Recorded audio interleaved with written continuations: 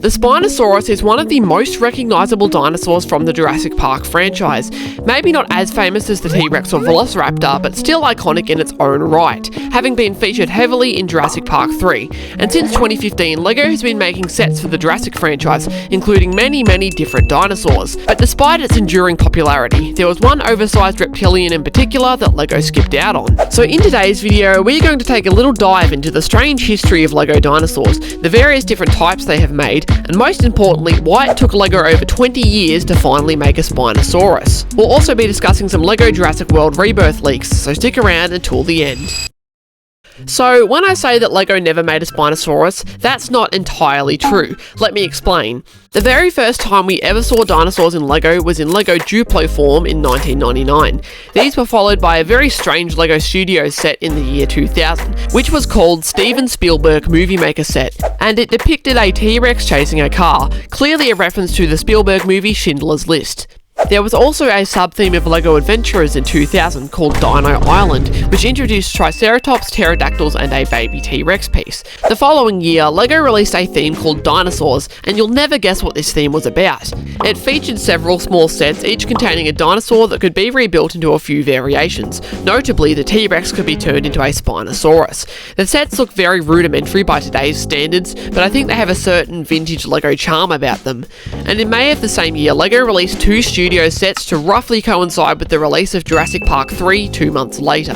The sets were Raptor Rumble and Spinosaurus Attack, and unlike the kind of vague Spielberg set, these were actually branded as Jurassic Park 3 sets. Weirdly, they omitted actual Jurassic Park 3 characters from the sets in favour of LEGO's own characters, though the dinosaurs were absolutely the main selling point anyway. I couldn't find a specific release date for the dinosaurs theme anywhere online, and I can't personally verify because I wasn't collecting LEGO back in 2001 and also I wasn't born yet, so I don't know whether those or the studio sets came first. But either way, that was the last year we would see a LEGO Spinosaurus for a very long time. And let's be real, it was just a LEGO T-Rex with an added dinner plate anyway. LEGO's next foray into the world of oversized lizards came in the form of a 2005 theme called Dino Attack, and this one has a rather unique story. There were 5 sets released for Dino Attack that feature mutant dinosaurs that escape from a museum after being radioactively contaminated in a science lab. So these dinosaurs are now allegedly invading a city, and our protagonists are, naturally, violently shooting them with comically oversized guns. But here's where things get interesting, because the theme was only called Dino Attack in North America, Japan, and Australia.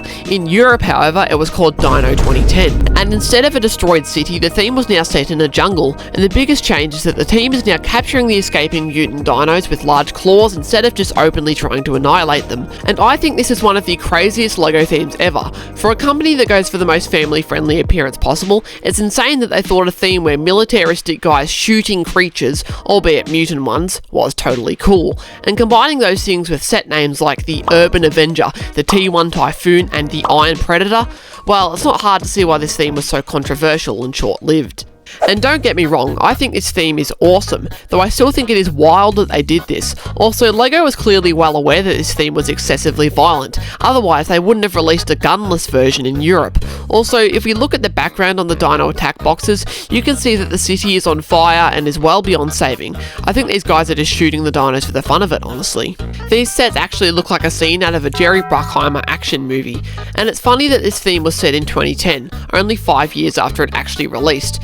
And I can't really remember much about that year, but I don't recall there being mutant dinosaurs attacking anywhere. I just remember watching Toy Story 3 and Despicable Me. Good times. Anyway, the actual dinosaurs included in these two near-identical themes were 4 different colours of mutant lizard, a mutant velociraptor, a mutant T-Rex in red and in green, both of which had awesome light-up eyes, and a mutant pterodactyl. All very cool, but no Spinosaurus. And despite having an extremely short run and turning 20 years old this September, this is still one of the most memorable original LEGO themes ever. And after that, apart from a random creator Stegosaurus and some Duplo stuff in 2008, LEGO would not revisit dinosaurs until 2012, where they introduced a new theme simply called Dino, and the premise of this theme was pretty much the same as Dino 2010. It was about capturing escaped dinos in the jungle and returning them to safety, which they were very clear about in the promotional material. No more blasting them with nuclear warheads, sadly. This theme introduced us to what I like to think of as the modern style of LEGO dinosaurs, because even 13 years on, they're still using the molds introduced in this theme. The said moulds included one for an alleged Coelphysis/Gallimimus. I have no idea which name is actually correct, but this dino appeared in one of my first ever LEGO sets, the Ambush Attack. A different coloured one also appeared in the Dino Defense HQ. And can any dinosaur nerds please let me know in the comments what this one's actual name is.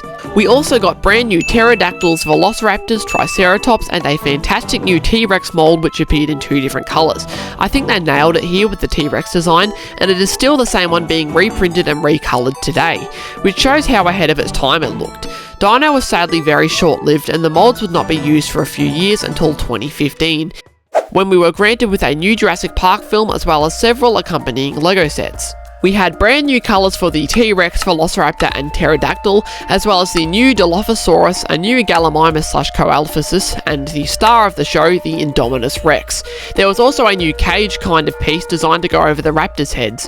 Whilst the first Jurassic World wave didn't have the biggest variety of dinosaurs, it was great to see the moulds from Dino return, and would mark the beginning of a decade-long endeavour.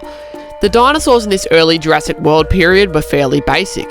T-Rexes, Velociraptors, you know, all the recognisable ones. But slowly they started making more unique entries, and starting in 2018 we would get new Jurassic Park sets every year.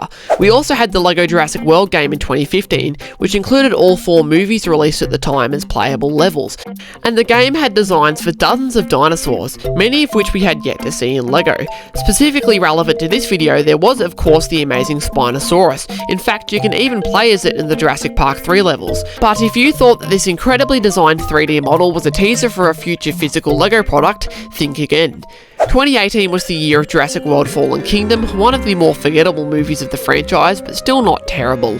And the LEGO sets gave us a new version of Blue, a new baby raptor piece, the Stygimoloch, a Carnotaurus, and the main big baddie, the Indoraptor, as well as some cool recolours of other dinos. We even got a set based on the first Jurassic Park movie in this wave.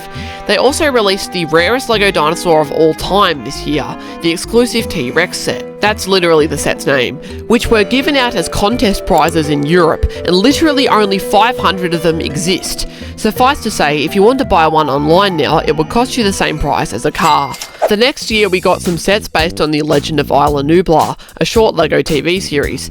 This year saw the return of the Triceratops for the first time since 2012, a new T-Rex, a new more size-accurate Dilophosaurus, and then a very exciting new addition, the Baryonyx. It is also worth mentioning that the Baryonyx has a very similar appearance to the Spinosaurus, basically just the same thing but without the large sail on the back. And I remember thinking at the time that surely LEGO will do a Spinosaurus using the Baryonyx head mould very soon, right? Nope, I was wrong. Very wrong. We also got some great raptor recolours in the LEGO Movie 2 that year. And then 2020 gave us more Legend of Isla Nublar sets, which included a Gallimimus, an actual one this time, a baby Triceratops and Ankylosaurus, some cool raptor and pterodactyl recolours, and most importantly, a new set based on the first Jurassic World movie with a new Indominus Rex that is a more movie-accurate grey instead of white, as well as an adult Ankylosaurus that has yet to reappear. Then 2021 sets were based on the Netflix show Camp Cretaceous and included a recoloured Stygimoloch, another baby Triceratops, a new Carnotaurus and a new Baryonyx in green. So no actual new dinosaur moulds this year, just new colours. And then we reached 2022, the year Jurassic World Dominion released, giving LEGO some real new content to work with. For Dominion we saw 2 recoloured T-Rexes, Blue recoloured for a 3rd time, a new medium-sized raptor piece, 2 new Atrociraptors, the giant Quetzalcoatlus, shout out to Dinosaur Train for teaching me how to say that one, the feather-covered Pyroraptor, another new Triceratops, and most incredibly 2 of the token huge dinos in one set. The Giganotosaurus, which reuses the Indominus head recoloured in olive green, and the There Is No Saurus. Would have been hilarious if they had have put its name on the box but didn't actually include it in the set. But by this point now we had so many different dino variants but still no Spino, though there was hope yet because whilst the Jurassic World trilogy was now over, LEGO powered ahead in 2023 and released sets for the first movie's 30th anniversary. Every dinosaur in this wave was a recolour of a previous design, with one notably large exception, the Brachiosaurus, a very long-awaited inclusion. It was nowhere near as large as its digital counterpart from the LEGO Jurassic World game, but it still does the prehistoric giraffe justice. And then things settled down a bit in 2024. With no major movies or anniversaries, they went back to Camp Cretaceous content, including one set dedicated to baby dinosaur recolors, as well as a new theme called Dinosaur Fossils. But in the second half of the year, we had two very exciting additions, based on the new TV show Chaos Theory, a sequel to Camp Cretaceous. We got a Stegosaurus and an Allosaurus. I'm not very familiar with the Allosaurus. I did just rewatch Fallen Kingdom and I'm pretty sure it was in that. However, the Stegosaurus is an absolute classic dino, its main appearance being from Jurassic Park 2, the movie we have never had sets based off of. And at the time of writing, the 2025 sets released so far include Little E.T. T-Rex, Dinosaur Fossils Triceratops Skull, and the new biggest Jurassic Park set to date, Dinosaur Fossils Tyrannosaurus Rex, whose head is nearly identical to the T-Rex skull from the same sub-theme last year. Makes me wonder if we'll see a full-size Triceratops skeleton in 2026. However, there is something much more exciting coming very soon. As I'm sure you're all aware, Jurassic World Rebirth is coming out this July. It hasn't even been 3 years since the last movie and they're already resurrecting the franchise for yet another assumed trilogy. Because look, there's no way they're making just one more of these. But more importantly, LEGO released a teaser on their Instagram account showing the new Scarlett Johansson figure and a new vehicle. But lurking in the background, they show quick glimpses of the legendary Spinosaurus. On top of that, a few weeks ago, the website comicbook.com officially revealed 4 of the new dinos appearing in the Jurassic World Rebirth sets. There's the Spino, of course, a recoloured Quetzalcoatlus, the Titanosaurus, and a brick-built Mosasaurus. That last one is a shame that it's brick-built, but that's a topic for a YouTube short. Check out this one I made, by the way. The theme of this new movie is hybrid dinosaurs, so I'm hopeful that there will be more than these 4 in the sets.